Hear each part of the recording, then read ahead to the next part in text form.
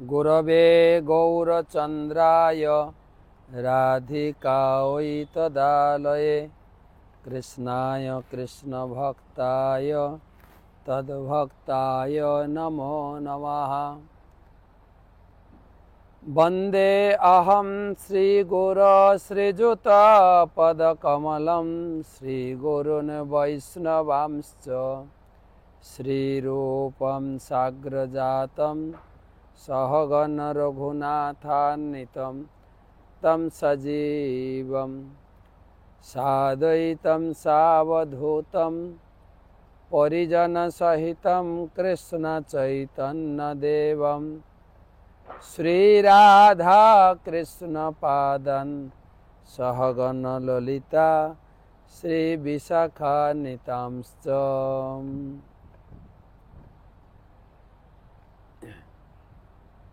नमो ॐ विष्णुपादाय कृष्णप्रेष्ठाय भूतले श्रीमते भक्तिवेदान्त स्वामिनिति नामिने। नमस्ते सारस्वते देवे गौरवाणी प्रचारिणे निर्विशेषशून्यवादी पाश्चात्यदेशतारिणे। जय श्री कृष्ण चैतन्य प्रभु नित्यानंद श्री अद्वैत गदाधर श्रीवासदि श्री गौर भक्तबिंद। हरे कृष्ण कृष्ण कृष्ण हरे हरे, हरे राम राम राम हरे हरे। ओं नमो भगवते वासुदेवाय, ओं नमो भगवते वासुदेवाय, ओं नमो भगवते वासुदेवाय। नारायणं नमस्कृत्य नरं चैव नरोत्तमं देवीं सरस्वतीं व्यासं ततो जयम् उदीरये। तमादिदेवं करुणानिधानं तमालवर्णं सुहितावतारम् अपार संसार समुद्र सेतुं भजामहे भागवत स्वरूपम। ग्रंथराज श्रीमद् भागवत महापुराण की जय।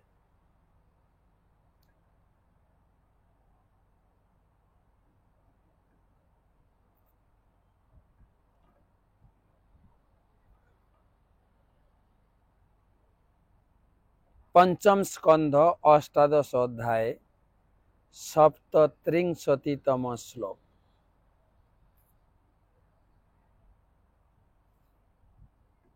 আমাদের আলোচনা ভগবানের প্রতি জম্বুবাসীদের প্রার্থনা প্রসঙ্গে আমাদের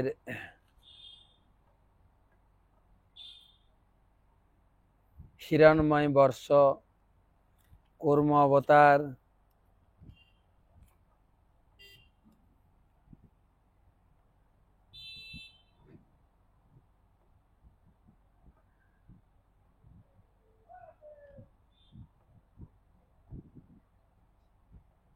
এবং তারপরে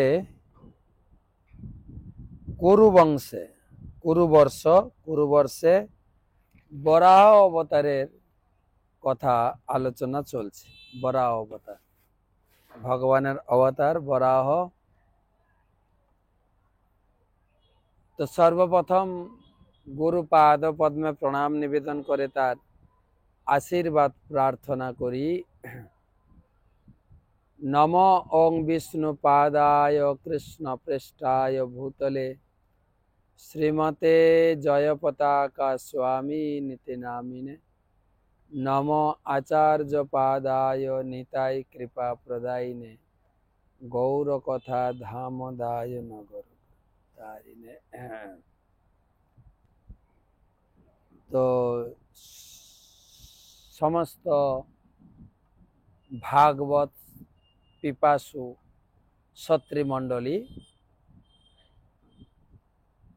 মমতাময় মাতৃমণ্ডলী, সকলকে জানাই কৃষ্ণ প্রীতি শুভেচ্ছা অভিনন্দন।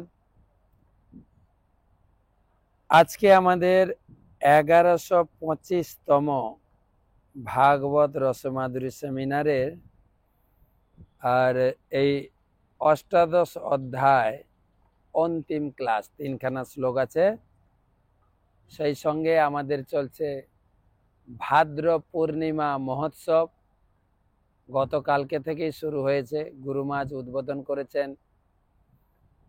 আর আপনারা অনেকেই আমার গ্রুপে সে ভাদ্র পূর্ণিমা উৎসব উপভোগ করছেন। আর সেই উপলক্ষে সকাল বিকাল ভাগবতের ধারাবাহিক আলোচনা প্রসঙ্গে আজকে আলোচনা হয়েছে ভীষ্ম স্তুতি সকালে, বিকালে কুন্তি স্তুতি। তো যা যা আলোচনা হচ্ছে তার একটু সারমর্ম আপনাদেরকে দেব। প্রথমে 3টা শ্লোক পড়ি। শ্লোক 37, 37তম শ্লোক। দব্য ক্রিয়া হেতয় নেশ কর্তৃভি মায়া গুণই বস্তু নিরীক্ষিতাত্মনে অন্নিখ্যাঙ্গাতি স্বয়াত্ম বুদ্ধিভি ধীরস্তু মায়া কৃতয়ে নমো নমঃ। দ্রব্য ক্রিয়া হেতয় নেশ কর্তৃভি মায়া গুণই বস্তু নিরীক্ষিতাত্মনে অন্নিখ্যাঙ্গাতি স্বয়াত্ম বুদ্ধিভি ধীরস্ত মায়া কৃতয়ে নমো নমঃ। অনুবাদ: এই কুরুবংশে ভগবান বরাহদেবের স্তুতি।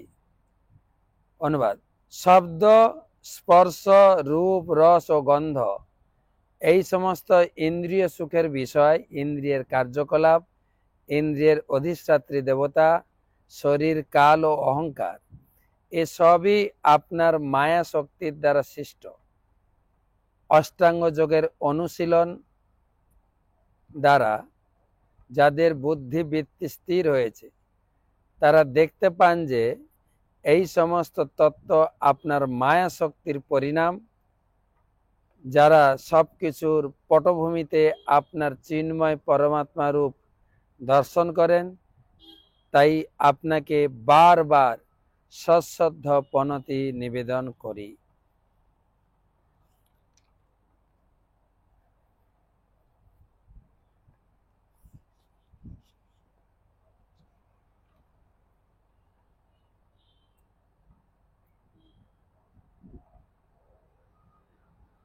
বরাহদেবের উদ্দেশ্যে প্রণাম নিবেদন করে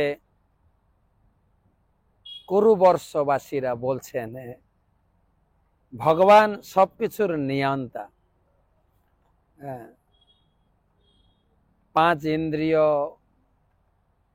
5 তন্মাত্র, মন, বুদ্ধি, অহংকার সব কিছুর তিনি হচ্ছেন মূল কারণ, এবং তাই তাকে বলা হয় সর্বকারণ কারণম। ভগবানের মায়া শক্তি জগৎকে কিভাবে তিনি পরিচালিত করছেন। পরের শ্লোক। করোতি বিশ্ব স্থিতি সংযমোদয়ং যস্য স্ফীতম নেপ্সিতমিক্ষিতো গুণৈ মায়া যথায় ভ্রমতে তদাশ্রয়ম গ্রামণো নমস্তে গুণকর্ম সাক্ষিণে। করোতি বিশ্ব স্থিতি সংযমোদয়ং যস্য স্ফীতম নেপ্সিতমিক্ষিতোর্গুণৈ মায়া যথায় ভ্রমতে তদাশ্রয়ম গ্রামণো নমস্তে গুণকর্ম সাক্ষিণে। হে ভগবান, এই জড়জগতের সৃষ্টি স্থিতি সংসার সংহার আপনার বাঞ্ছিত নয়, কিন্তু আপনার সৃজনী শক্তির দ্বারা বদ্ধ জীবদের জন্য আপনি সেই কার্য করেন। চুম্বকের প্রভাবে লৌহখণ্ড যেভাবে গতিশীল হয়, ঠিক সেইভাবে প্রকৃতির প্রতি আপনার দৃষ্টিপাতের ফলে জড় জগৎ সক্রিয় হয়ে যায়। এখানে কুরু বংশবাসীরা বলছেন, ভগবানের দৃষ্টি শক্তি, দৃষ্টি কৃপা শক্তি না হলে আমরা সচল হতে পারি না। আমাদের প্রাণ থাকতেও আমরা নিশ্চল। বলা হয় না, ভগবানের কৃপা ছাড়া গাছের একটা পাতাও নড়ে না। গাছের একটা পাতা নড়ে না।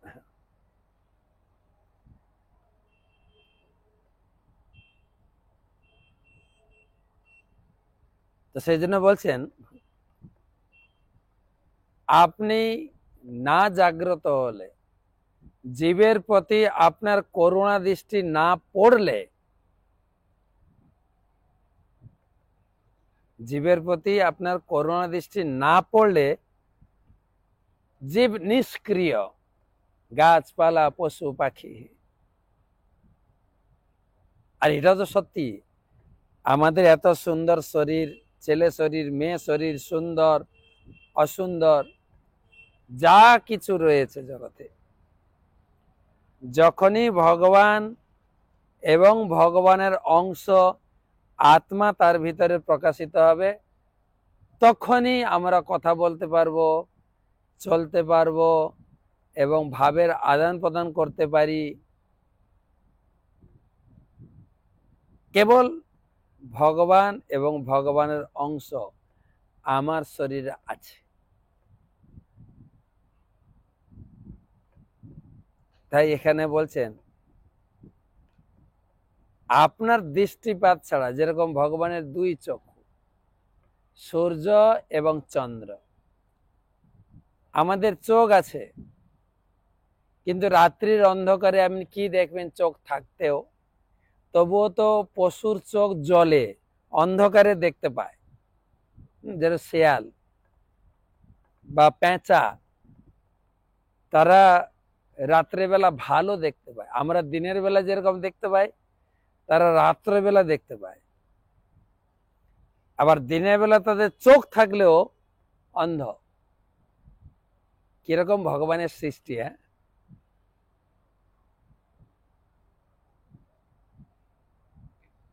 তো আমাদের চোখ আছে, দিনের বেলা আমরা দেখতে পাই, সূর্য উঠার পরে একদম পরিষ্কার পরিচ্ছন্ন ভাবে গাছপালা, ঘর বাড়ি, মানুষ, পশু পাখি, কীট পতঙ্গ, কালারফুল ফুল, আকাশ, আকাশে মেঘ, পরিষ্কার আকাশ, ঝলমলে আকাশ,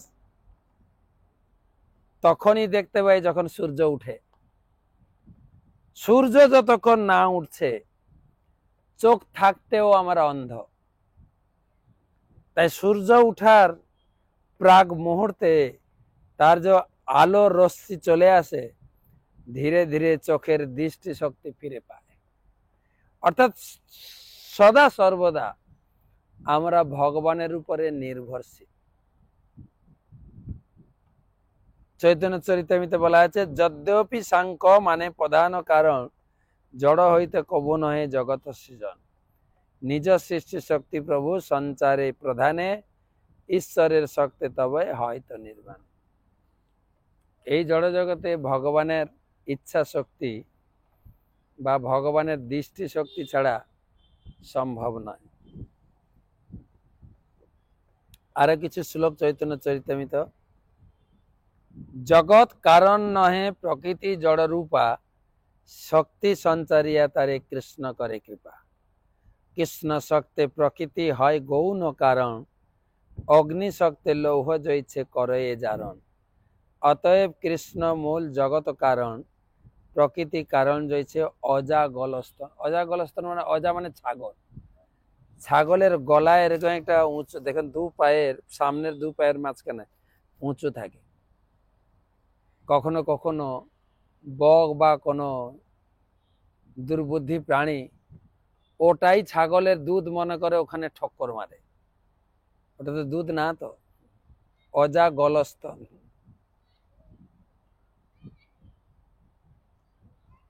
সেই যুক্তি ছাগলের গলার স্তনের মতো, আপাত দৃষ্টিতে তার স্তনের বলে মনে হলেও তা থেকে কখনো দুধ পাওয়া যায় না। এইভাবে দেখা যায় যে জড় বৈজ্ঞানিক ও দার্শনিকেরা যে ভুল করে জড় পদার্থ নিজেই সক্রিয় হতে পারে, এইটা তাদের মস্ত বড় ভুল ধারণা।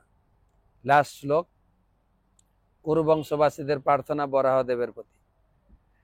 প্রথম প্রমথ্য দ্বৈতম প্রতিবারণমিধে যো মাম রসায় জগদাদি সুকরঃ কৃতাগ্রদংষ্টে নিরগাদুদন্নতঃ ক্রীড়ন্নিবেভ পুনতস্মিতম বিভূমিতি। প্রথম্য দ্বৈতম প্রতিবারণমিধে যো মাম রসায় জগদাদি সুকরঃ কৃতাগ্রদংষ্টে কিরগাদুদন্নতঃ ক্রীড়ন্নিবেভ পুনতস্মিতম বিভূমিতি। হে ভগবান, এই ব্রহ্মাণ্ডে আদি বরাহ রূপে আপনি মহাদৈত্য হিরণ্যাক্ষের সঙ্গে যুদ্ধ করেছিলেন, তাকে সংহার করেছিলেন। তারপর হস্তি যেভাবে জল থেকে পদ্ম তুলে নিয়ে খেলা করে, ঠিক সেইভাবে আপনি আমাকে আপনার দশনাগ্রে দাঁতের উপরে ধারণ করে গর্ভোদক সমুদ্র থেকে উদ্ধার করেছিলেন। আমি আপনাকে আমার প্রণতি নিবেদন করি। ইতি শ্রীমদ্ ভাগবতের পঞ্চম স্কন্ধের ভগবানের প্রতি জম্বুবাসীদের প্রার্থনা নামা অষ্টাদশ অধ্যায়ের ভক্তিবেদান্ত তাৎপর্য। তো আর দুটো বর্ষ আছে, কিমপুরুষ বর্ষ আর ভারতবর্ষ, ওটা নিয়ে আমরা কালকে 19 অধ্যায় থেকে আমরা আবার আলোচনা করব।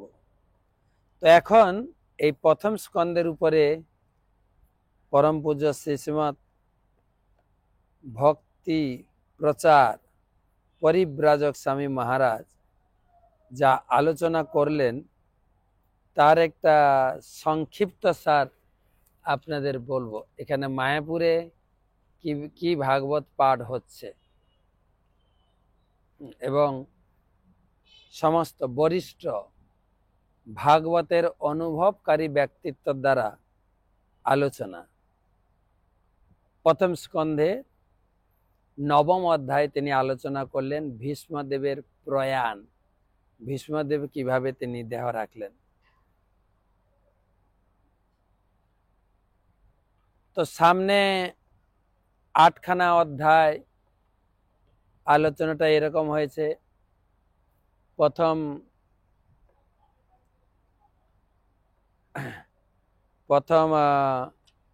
অধ্যায়ে ঋষিদের 6টি প্রশ্ন,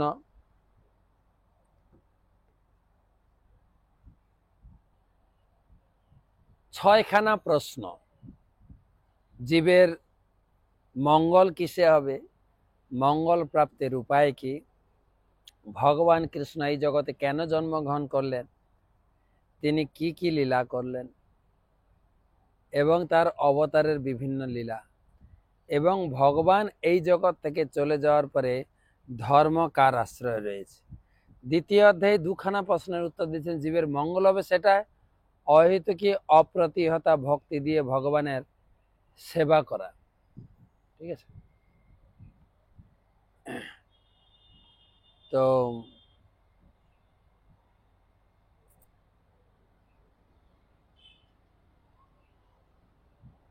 3 নম্বরে ভগবানের অবতার 22-23 প্রকার অবতারের কথা সুত গোস্বামী তুলে ধরলেন। তারপরে 4র্থ অধ্যায় থেকে আলোচনা শুরু হলো। 3য় অধ্যায়ের শেষে সুত গোস্বামী বললেন ভগবানের বিভিন্ন অবতার, তবে কলিযুগে তিনি ভাগবত পুরাণ রূপে তিনি অবতীর্ণ হয়েছে। ভাগবত পুরাণ। আর 4র্থ অধ্যায় থেকে শৌনক আদি ঋষিরা প্রশ্ন তুললেন সেই ভাগবত কবে কখন আবির্ভূত হয়েছে এবং কে লিখলেন, কে প্রথম পড়লেন, কে প্রথম শ্রোতা হলেন, আর তার বর্ণনা, তার উত্তর দিতে গিয়ে 4 অধ্যায়, 5 অধ্যায়, 6 অধ্যায় ব্যাসদেব তিনি অনেক শাস্ত্রগ্রন্থ লিখেছেন। শেষে ভাগবত লিখলেন এবং ভাগবত তার ছেলেকে পড়ালেন। তারপরে ছেলে কাকে পড়ালেন, সেই পরীক্ষিত মহারাজকে আনতে গিয়ে 7 অধ্যায় থেকে মহাভারতের গল্প চালু হয়েছে। মহাভারতের যুদ্ধ প্রায় শেষ। দুর্যোধন উরুভঙ্গ হয়ে মাঠে পড়ে আছেন, যন্ত্রণায় কাতরাচ্ছে। তখন তার বন্ধু অশ্বত্থামা, কৃতবর্মা এবং কৃপাচার্য, এই 3 জন যুক্তি করলেন, এই রাত্রে, আজকে রাত্রেই আমরা পঞ্চ পাণ্ডবকে হত্যা করব। এই যোজনা করে ভুল করে পঞ্চ পাণ্ডব তো হত্যা করতে পারলেন না, পঞ্চ পাণ্ডবের পুত্রকে হত্যা করলেন। আর সেই হত্যার সংবাদ অত্যন্ত প্যাথেটিক। তারপরে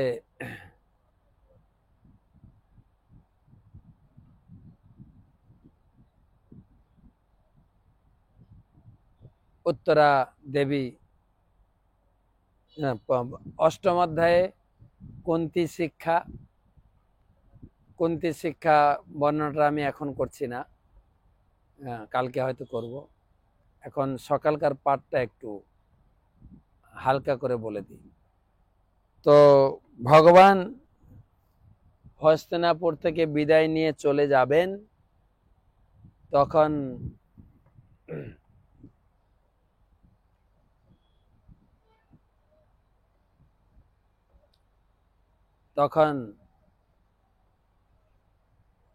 রথে উঠে পড়েছেন, বিশাল বিদায় সম্বর্ধনা হচ্ছে।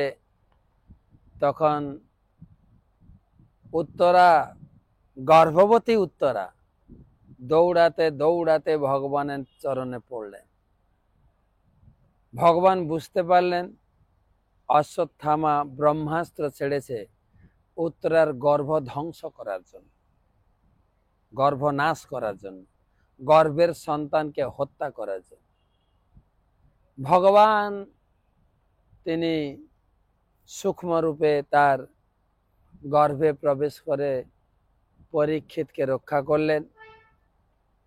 আর তখন কুন্তীর স্তুতি শুরু হলো। কুন্তী তার স্তুতি করার পরে যুধিষ্ঠির মহারাজ বললেন, ভাইয়া কৃষ্ণ, আজকে থেকে যাও, যাত্রা শুরুর পথে তোমার বাধা পড়ে গেছে, থেকে যাও। আর ভগবানেরও কাজ ছিল, ওনারা 5 ভাই জিতেছেন ভোটে, কি বলে, কুরুক্ষেত্রের যুদ্ধে জিতে গেছেন, কিন্তু এখনো তাদের রাজ্য অভিষেক হয়নি। রাত্রে ভগবান কৃষ্ণ যুধিষ্ঠির মহারাজকে অনেক চেষ্টা করলেন বুঝাতে, যাতে সে রাজ আসনে তার রাজ্য অভিষেক হয়। যুধিষ্ঠির মহারাজ রাজা হতে চাইলেন। তিনি বললেন যে এত লোক কুরুক্ষেত্রে মারা গেছে, এত লোক মেরে কি রাজা হওয়া সম্ভব? আমি পাপী, লোকে আমার প্রতিশোধ নেবে। তো ভগবান অনেক বুঝানো সত্ত্বেও তিনি রাজা হলেন না বা সম্মতি করাতে পারলেন না। তখন ভগবান চিন্তা করলেন যে আপনার ছোট ভাই অর্জুনকে বুঝাতে পেরেছিলাম, কুরুক্ষেত্রের মাঠে এসেছিল, যুদ্ধ করতে চাইছিল না, তাকে যুদ্ধ করাতে পেরেছিলাম, কিন্তু আপনাকে তো পারলাম না। তিনি, ভগবান বললেন, আপনাকে নিয়ে যাব সেই আমাদের পিতামহ ভীষ্ম তিনি কুরুক্ষেত্রের মাঠে সরসজ্জায় শয়ন করে আছেন, ওনার কাছে নিয়ে ভগবান বললেন ঠিক আছে, কালকে আমরা যুধিষ্ঠিরকে নিয়ে যাচ্ছেন রাজা করাবেন ওরকম না, তিনি নিয়ে যাচ্ছেন এই জন্য যে আমি তো ওকে রাজা হওয়ার জন্য রাজি করাতে পারলাম না, কমপক্ষে ভীষ্মদেব রাজি করাবেন। তখন ভীষ্মদেবের কাছে এলেন পরের দিন, কিন্তু ভগবান বললেন কালকে ভীষ্মদেবের কাছে যাব আমরা সবাই, কিন্তু আপনারা সবাই সেজে গুজে একদম দল বেঁধে শোভাযাত্রা সহকারে যান। সুত গোস্বামী লিখেছেন ভীষ্মদেব শয়ন করেছিলেন সরসজ্জায়। প্রশ্ন আছে আমরাও কখনো কখনো সরসজ্জায় শায়িত হতে হয়, যেটাকে বলে আইসিইউতে। ভীষ্মদেবের গায়ে যেরকম সারা গায়ে তীর ফুটানো ছিল, ঠিক সেই রকম ভাবে এই আমরা যখন আইসিইউতে থাকি না, ইন্টেনসিভ কেয়ার ইউনিট, চারিদিকে নল ফুটায় ডাক্তাররা, নাকে মুখে গলায় মলদ্বারে মূত্রদ্বারে পেটে, আবার পায়ে পায়ে দড়ি বাঁধা থাকে। কি যন্ত্রণা, ছোঁচ ফোটানোর যে যন্ত্রণা। তাহলে বলুন তো ভীষ্মদেবের সারা গায়ে যে তীর ফুটানো ছিল, যন্ত্রণা ছিল না, সেটা কি ডানলভ গদি ছিল? বলেন না, কষ্ট ছিল। কিন্তু কেন তিনি কেন এত কষ্ট নিয়ে বেঁচেছিলেন? তার উপরে তো ভগবানের বর ছিল, ইচ্ছা মৃত্যু। তিনি চাইলে মরে যেতে পারেন, আমরা মরতে পারি না, তাই ডাক্তাররা ছুঁচ ফুটিয়ে ফুটিয়ে আমাদের থেকে রক্ত চুষে, মানে টাকা নেয় না? ডাক্তাররা কিভাবে টাকা নেয় আইসিইউতে রেখে, আইসিইউ থেকে ছাড়া পেয়ে যাবে তবুও ছাড়বে না, আরো কয়েকদিন থাক, আইসিইউর ভাড়াটা উঠাতে হবে তো। আবার কোন কোন বক্তা কৌতুক করে বলে হসপিটালের নার্সিংহোমে তো বাঁচিয়ে দেয়, আবার এত বড় বিল ধরিয়ে রোগীটাকে মেরে ফেলে। Doctor cures giving a pills, then kills giving a long bills. তো ভীষ্মদেব ছিলেন, কেননা তার জীবনের তিনটা ইচ্ছা ছিল। প্রথম ইচ্ছা ছিল যে পাণ্ডবরা রাজা হবে আমি দেখে যাব, পাণ্ডবরা ভগবানের ভক্ত, পাণ্ডবরা ভগবানের পার্ষদ, তাদের রাজ্য নেই, তারা বনে বাদাড়ে ঘুরে বেড়াচ্ছে, এটা কি করে হয়? তাই তারা রাজা হবে, তাদেরকে আমি দেখে যাব, রাজা হবে। এবং 2 নম্বর হচ্ছে তারা খুব সুখে থাকবে, আর 3 নম্বর হচ্ছে আমি যে দেহ ছাড়বো ভগবান আমার সামনে উপস্থিত থাকবেন, তখন আমি দেহ ছাড়ব। এই তিনটা। তাই ভগবান কৃষ্ণ যখন পাণ্ডবদের নিয়ে কুরুক্ষেত্রের মাঠে ভীষ্মদেবকে দর্শন করার জন্য প্রবেশ করছেন, আর এই খবর শুনে সারা ব্রহ্মাণ্ড থেকে দেবর্ষি, ব্রহ্মর্ষি, রাজর্ষিরা এসেছিলেন ভীষ্মদেবের কে দর্শন ও তার মুখে প্রবচন শোনার জন্য। কারা কারা এসেছিলেন? ভগবান কৃষ্ণ, পাণ্ডবরা তো দল বেঁধে এসেছিলেন, পর্বতমুনি, নারদমুনি, ধৌম, ব্যাসদেব, বৃহদ্দশ, ভরদ্বাজ, সশিষ্য রেণুকাসুত। রেণুকাসুত মানে পরশুরাম, কারণ পরশুরাম ভীষ্মদেবের গুরুদেব। একটা কোনো কারণে ভীষ্মদেবের সঙ্গে গুরুদেবের লড়াই হচ্ছে বহুদিন ব্যাপী, আর তাতে গুরুদেবই হেরে গেলেন। হার জিত এখানে নেই। গুরুদেব দেখলেন আমার শিষ্য অত্যন্ত পরাক্রমশালী, আশীর্বাদ দিলেন, তুমি আরো এগিয়ে চলো। তো সেইখান থেকে পরশুরামের অন্যান্য শিষ্যরা ভীষ্মদেবের নামে খুব বলতো এবং গুরুদেবকেও বলতো, আপনি তো শুধু ভীষ্মদেবকে চেনেন, হ্যাঁ, এও আপনার সঙ্গে লড়াই করলো। তো এখন পরশুরাম তিনি তো জেনেছেন তার শিষ্যের যে শ্রদ্ধা ভক্তি গুরুদেবের প্রতি এবং গুরুদেবের কৃপায় যে যুদ্ধবিদ্যা তিনি শিখেছেন অপূর্ব। তো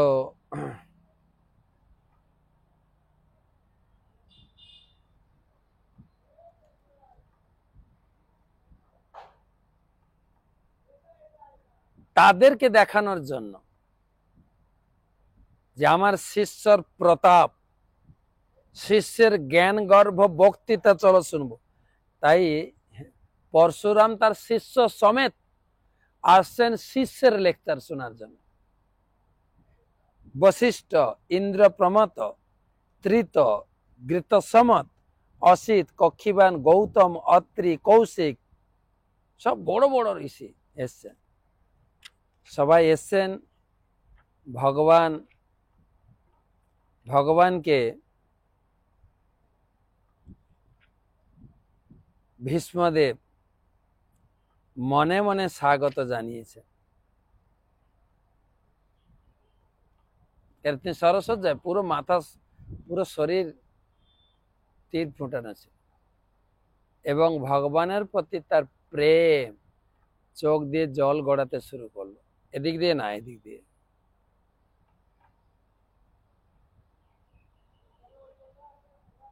এবং প্রথমেই বলা শুরু করলেন যুধিষ্ঠির মহারাজকে ভীষ্মদেব, যুধিষ্ঠির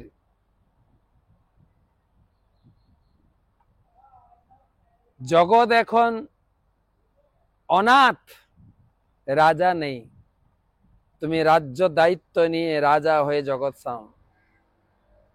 ভগবান কৃষ্ণ চেয়েছিলেন ধর্ম রাজ্য প্রতিষ্ঠা হবে, তোমরা ধার্মিক, তোমাকে রাজা করবেন ভগবানের এই প্রতিশ্রুতি, তুমি রাজা হও। ভগবানের উপরে তর্ক করেছিলেন যুধিষ্ঠির, কিন্তু ভীষ্মদেবের উপরে কথা বলার মতো তারা এতটাই ভীষ্মদেবের প্রতি কৃতজ্ঞ ছিলেন, ভীষ্মদেবের উপরে কথা বলার তার ধৃষ্টতা ছিল না। যেই বললেন রাজা হও, ভীষ্মদেব বললেন যুধিষ্ঠির ইনি হচ্ছেন ভগবান কৃষ্ণ, ঈশ্বর পরম কৃষ্ণ, সচ্চিদানন্দ বিগ্রহ, অনাদিরাদি গোবিন্দ, সর্বকারণ কারণম। ভগবান, তাকে তোমরা ড্রাইভার বানিয়েছো, দূত বানিয়েছো, বাড়ির আত্মীয় বানিয়েছো, তিনি যা ইচ্ছা করেন তব ইচ্ছা মতে ব্রহ্মা করেন সৃজন, তব ইচ্ছা মতে শিব করেন সংহার। ভগবান কৃষ্ণের ইচ্ছায় সারা জগৎ, সারা দেবদেবী কাজ করে। ব্রহ্মা সৃষ্টি করেন, শিব ধ্বংস করেন, বিষ্ণু পালন করেন, কেবল ভগবানের ইচ্ছা। তব ইচ্ছা মতে মায়া সৃজে কারাগার, এর ইচ্ছে জগতে এই মায়া দেবী কারাগার সৃষ্টি করে। তো এই হচ্ছে ভগবান, ইনি যা ইচ্ছা করেন সেটাই বাস্তবায়ন, এর অন্যথা হবে না। তুমি রাজা হও। তো ভীষ্মদেব রাজি হয়ে গেলেন। যুধিষ্ঠির মহারাজ রাজি না হয়ে তো কিছু করার ছিল না। এসব ওই ভগবান সাক্ষাৎ নারায়ণ, সাক্ষাৎ নারায়ণ, এনার ইচ্ছাটাই কার্যশীল। তখন ভগবান কৃষ্ণ যুধিষ্ঠির মহারাজকে বলছেন, মহারাজ এই লোকটা মারা যাবে এখনই, যদি কোনো কিছু জানার থাকে আপনি প্রশ্ন করে জেনে নিন। যেরকম হয় না, আমাদের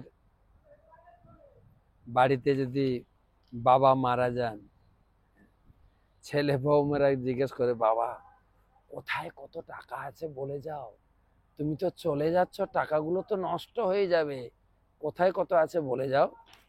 সেরকম ভগবান কৃষ্ণ যুধিষ্ঠির মহারাজকে বললেন, তোমার কিচ্ছু জানার থাকলে জানো। তখন যুধিষ্ঠির মহারাজ নানাদি বিষয়ে জানতে চাইলেন।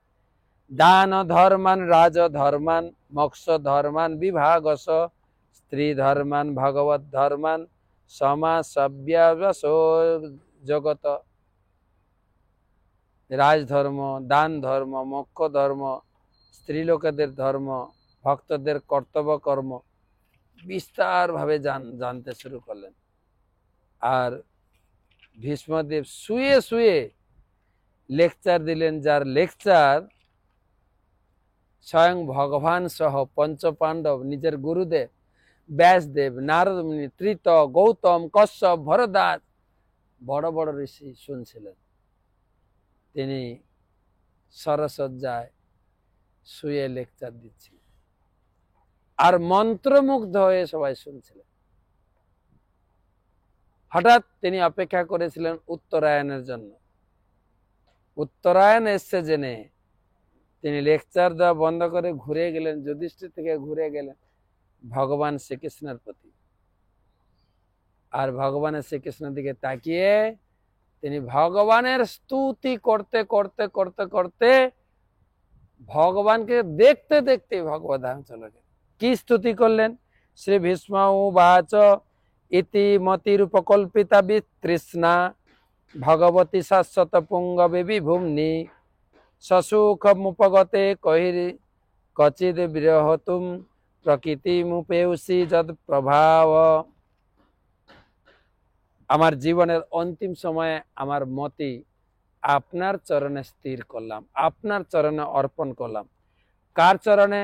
ত্রিভুবন কমনম তমাল বরণম রবিকর গৌরব বরাম্বরম দধানে বপুকরল কুলাবৃতাননাব্জম বিজয় সখের তিরস্তু মেহে অনদ্যা।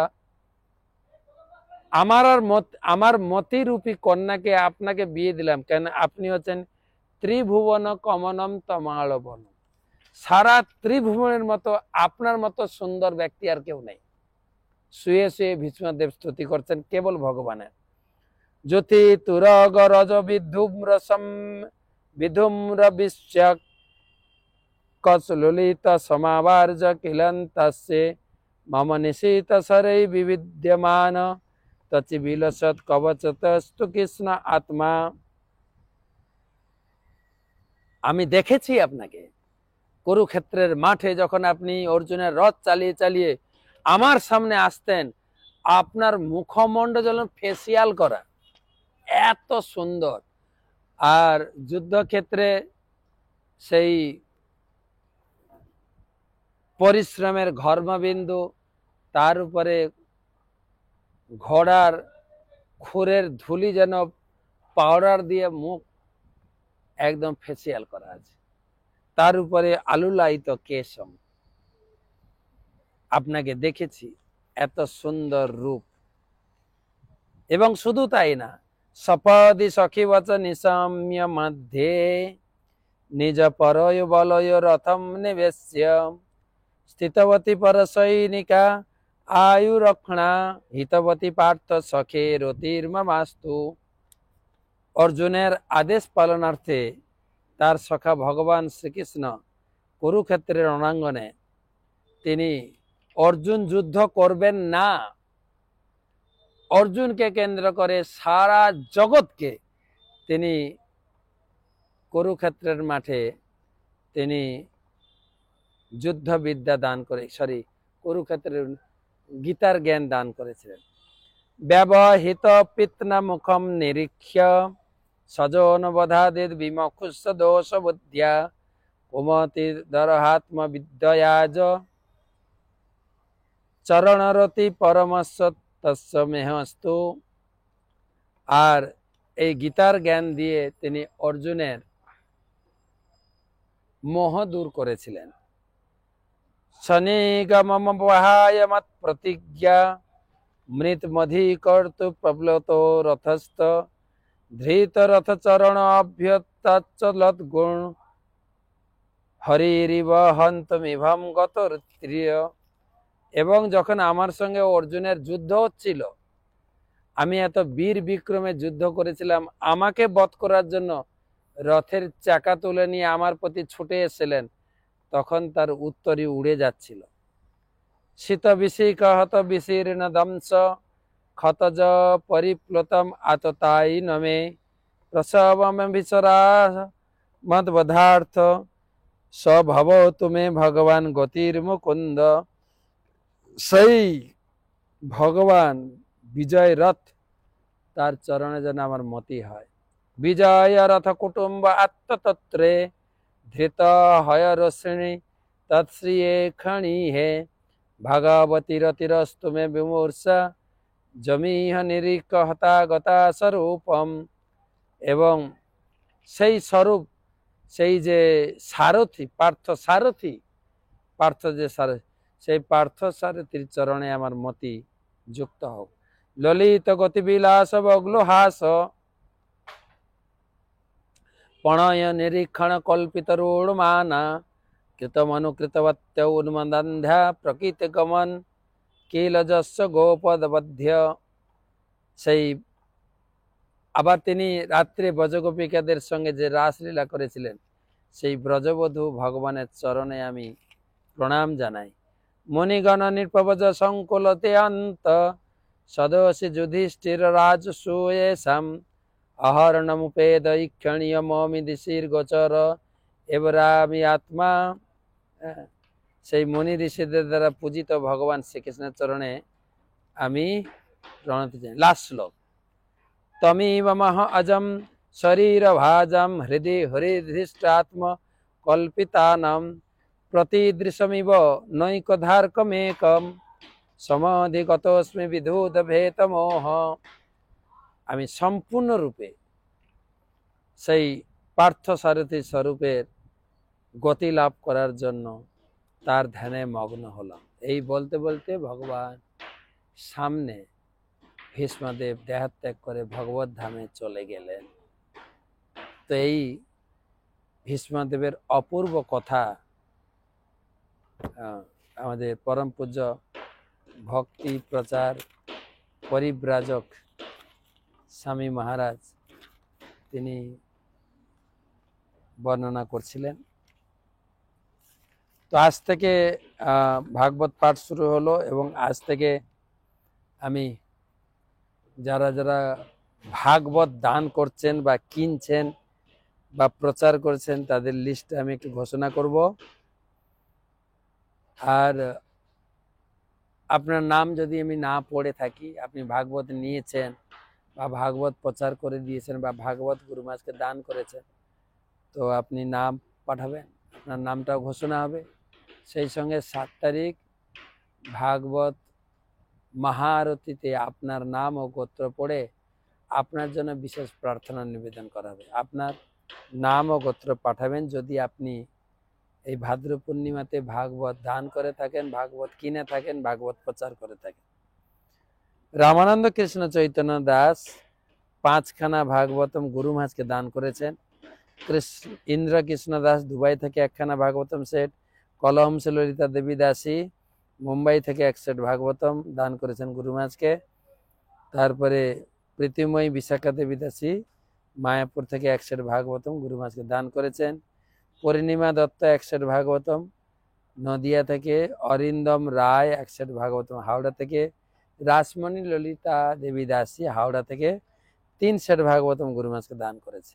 শ্রীনিবাস দয়াময় দাস 1 সেট ভাগবতম হায়দ্রাবাদ থেকে, মাধুরী মমতাময়ী দেবী দাসী মুম্বাই থেকে 1 সেট ভাগবতম, ব্রজনাথ গৌরদাস অন্ধ্রপ্রদেশ থেকে 1 সেট ভাগবতম, সদাশিব সীতানাথ দাস কলকাতা থেকে 1 সেট ভাগবতম দান করেছেন।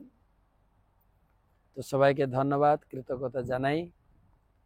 আমরা ভাদ্র পূর্ণিমার আজকে প্রথম দিন, কালকে দ্বিতীয় দিনের সকালে ক্লাস, বিকালে ক্লাস, আবার রাত্রে আসবো আপনাদের সঙ্গে ক্লাস নিয়ে।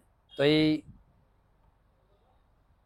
7 দিন, আজকে বাদ দিয়ে আর 6 দিন সুখদেব গোস্বামী ভাগবত পাঠ করেছিলেন পরীক্ষিত মহারাজের সামনে, মহারাজের কাছে। শেষের দিন তার মুক্তি হয়েছিল। তো এই 7 দিন অতি পবিত্র দিন।